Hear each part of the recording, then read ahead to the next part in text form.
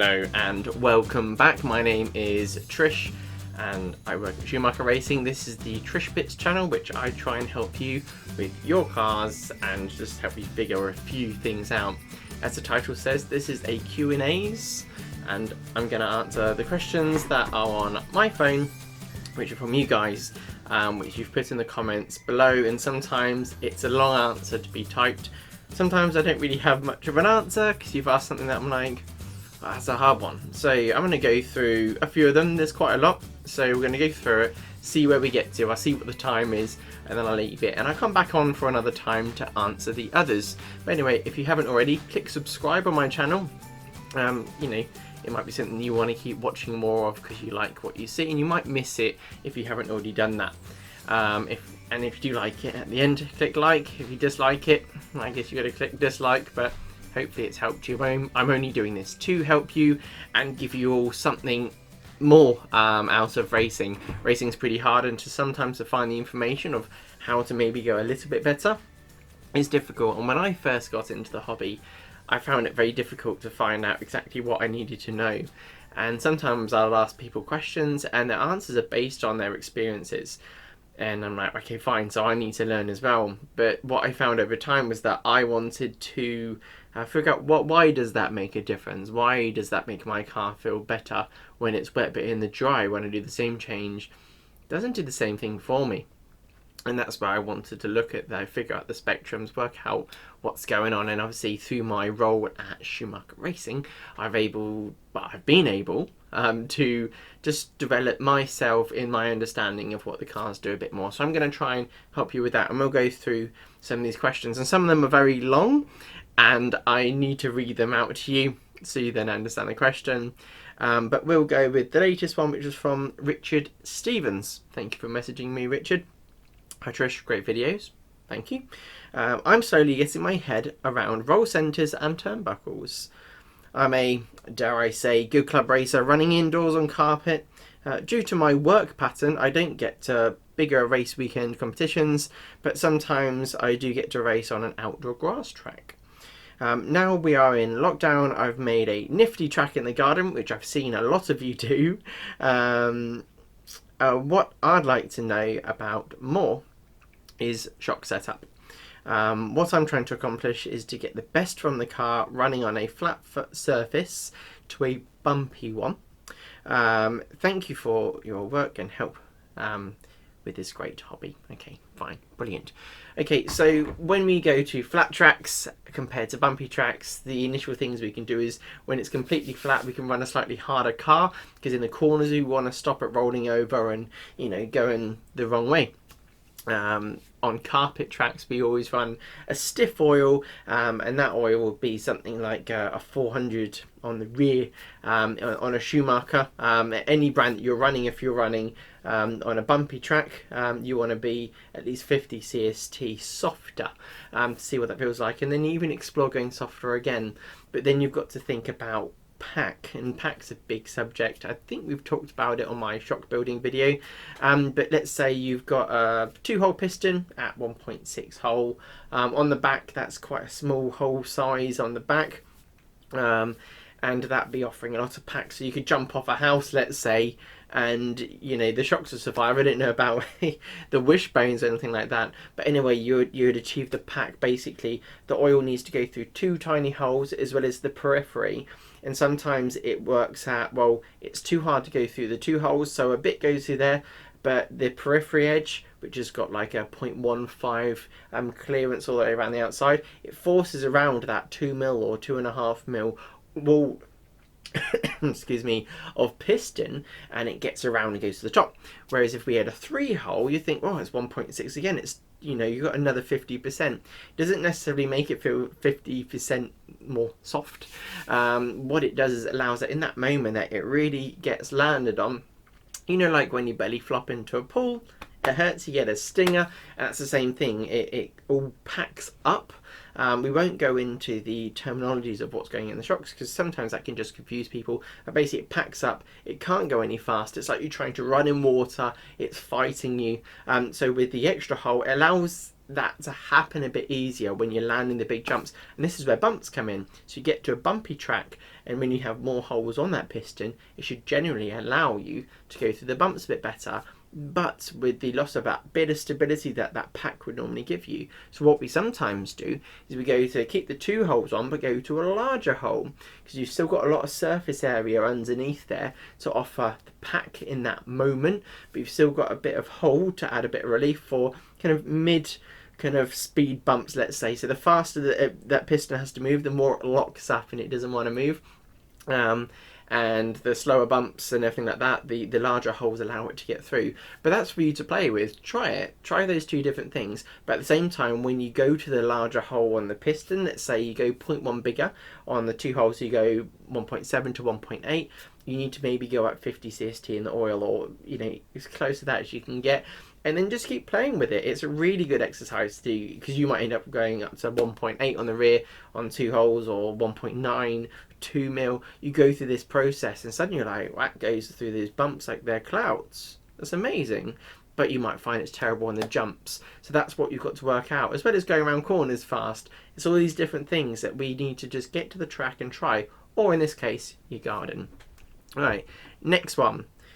I have a comment in regards to the FlowX speed controller video, talking about all that kind of stuff, and he asks, thanks Trish, really appreciated this LRP ESC series video.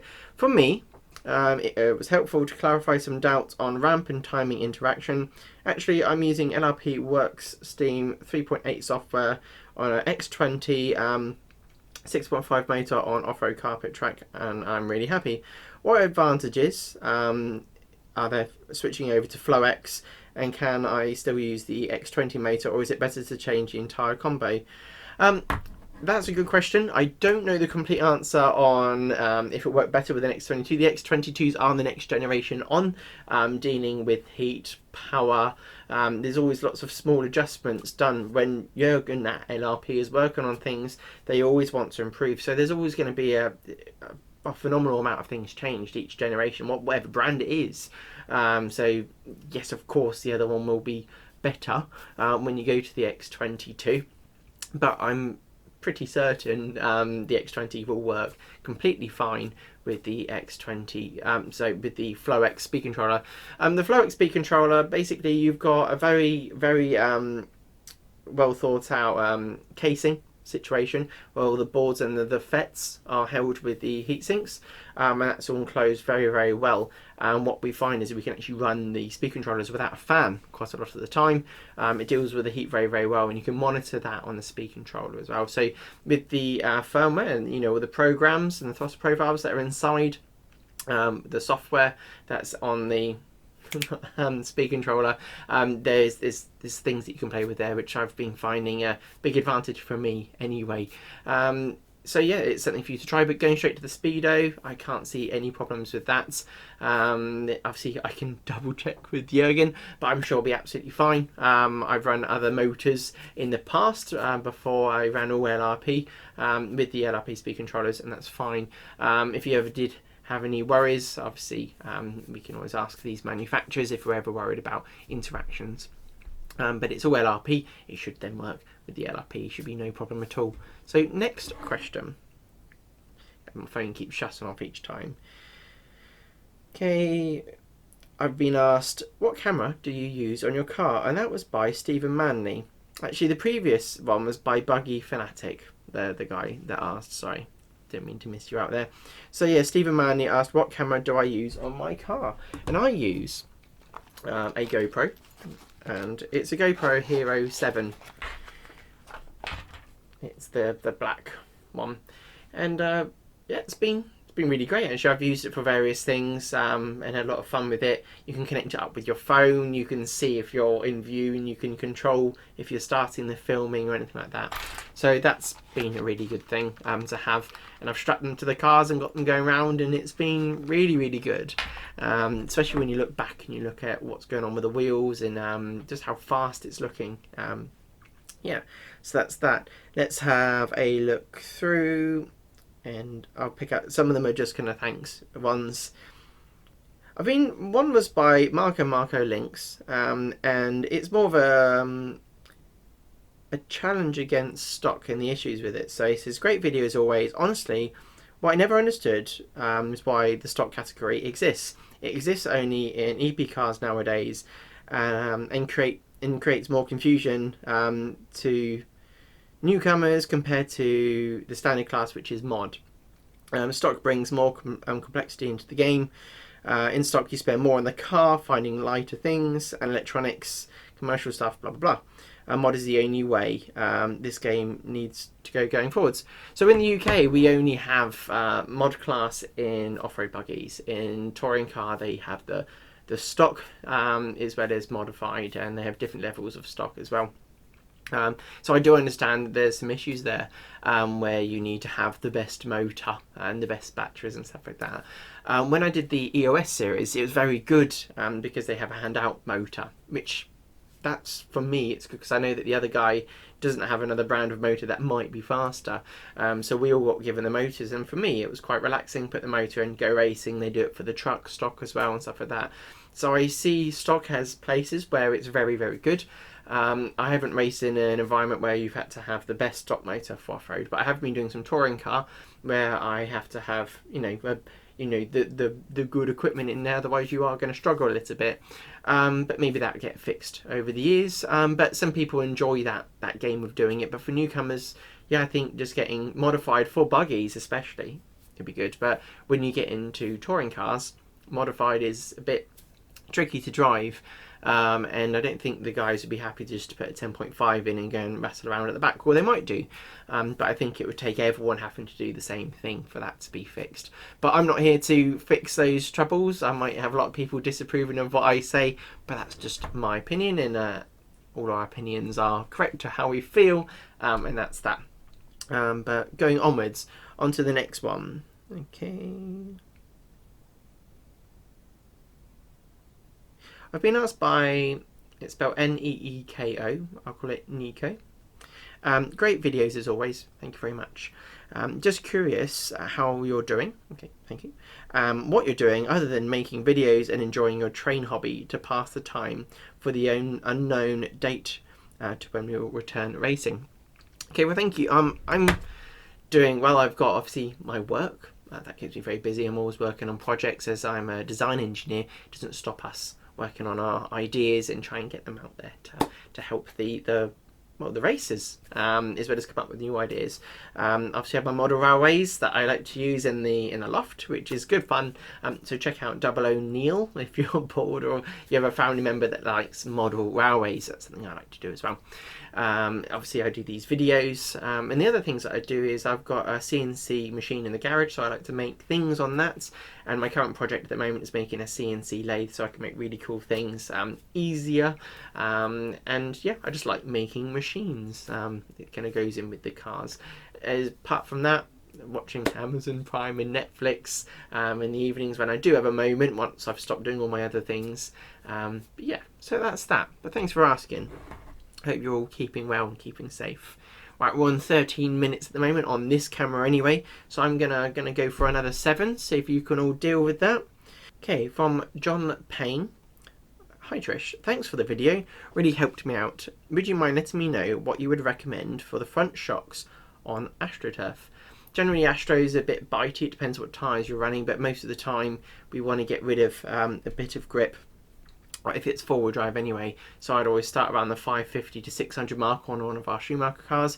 Other brands of car, I don't know, you just gotta try, to see what you like. On two-wheel drive, I always run a bit softer, 550. Don't go much softer than, it's basically 550, 600 is what I run indoors, outdoors on the front of a two-wheel drive, and the same for four-wheel drive, but don't be afraid to go a bit higher on the four-wheel drive just to support it. Depends what tyre you've got in as well. If you've got a tyre that has lower grip, then you can go lower on that one, so it should be fine. Okay, so Russell McClung, excellent video as always, lots to think about and experiment with once we get back out. That was regarding the parts of the 3.2 software thing explained for the LRPs. Are there any particular settings you would recommend for running on grass And do you run the settings same for two-wheel drive and four-wheel drive? Okay, good question. So for grass, I'd be running a much softer bottom end, so the torque feel, I'd run that much higher than normal.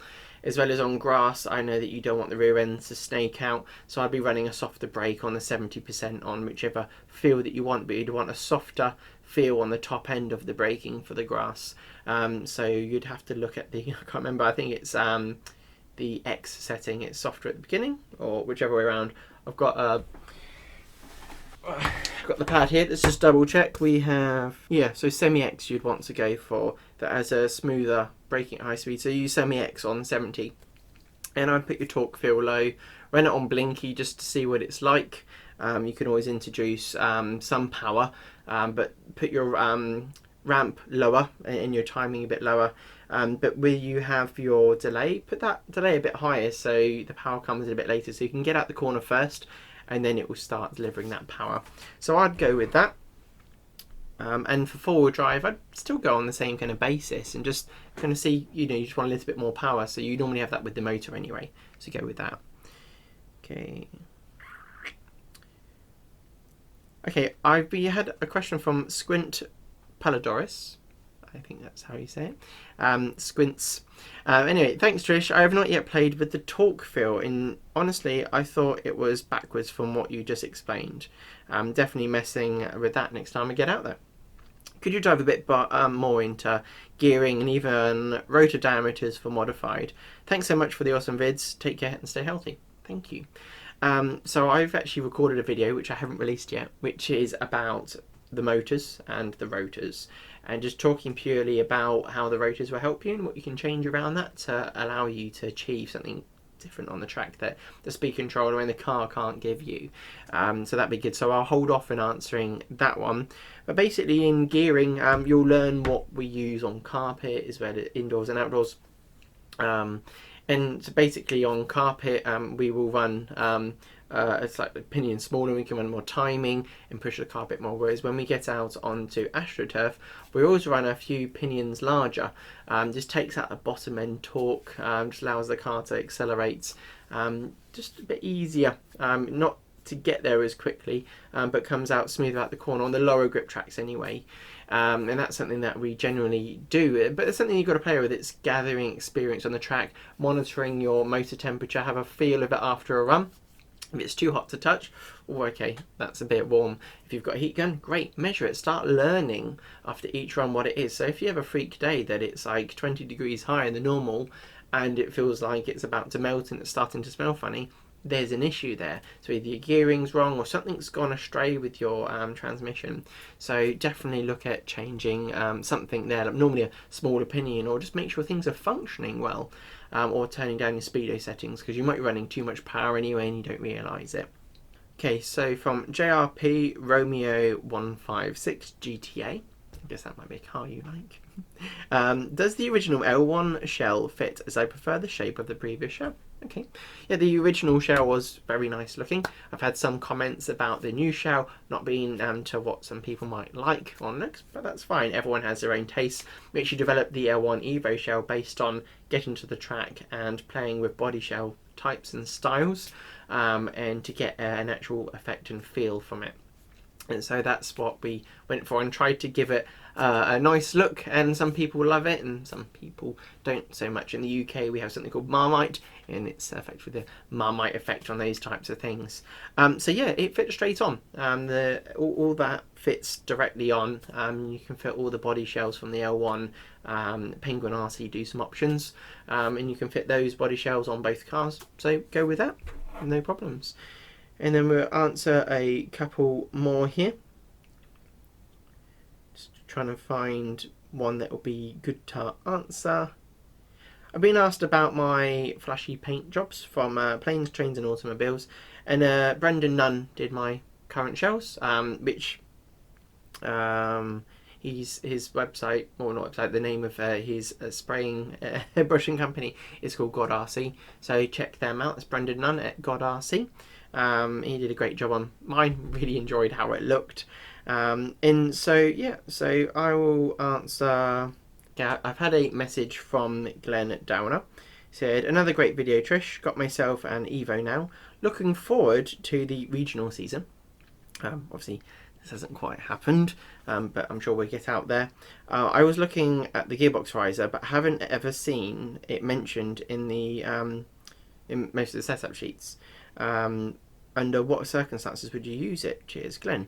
So the gearbox riser that we put under the rear gearbox raises the hinge pins and the diff unit. This is on the four-wheel drive only. What that allows us to do is get out to the carpet tracks and run our ride heights lower whilst keeping the same roll centre heights on the rear. And so this actually allows us to land the jumps well still, because if you ran the car lower before without the gearbox riser, your wishbones would be sitting like this. By putting the gearbox riser in, you can leave the chassis where it is and you put your wishbones to a good point that you actually get a good bit of basically your tyres scrub out when they go out due to the geometry. And when you already start down here, they're up there and they actually kind of, they stay level, and if not coming a little bit, whereas when we kind of start more flat, it means that under compression they're going to come in anyway, but that you're going to get some scrub. Having tyre scrub when you land, that kind of generally helps it land a bit more. So that's one thing that we've found, that's why we use it, and just allows the car to corner a bit harder. The roll stiffness is higher as well because we've done that. So that's something that's been really, really good on the carpet tracks. But when we go to the outdoor tracks, we don't really run it. We want the grip. We don't run the cars that low, like 12mm is a bit low for these tracks. But anyway, hopefully this has all helped you, and leave me comments below. I'll see some positive and negative ones. I try and work through them. But anyway, yeah, leave me some comments and I'll answer them on the next Q&A's video. I hope this has been helpful. It hasn't been too long for you and you've stayed awake through all of this, but we're not doing much at the moment. So anyway, enjoy the video, which you've already watched it, and yeah, see you soon. Look after yourselves and take care. Bye.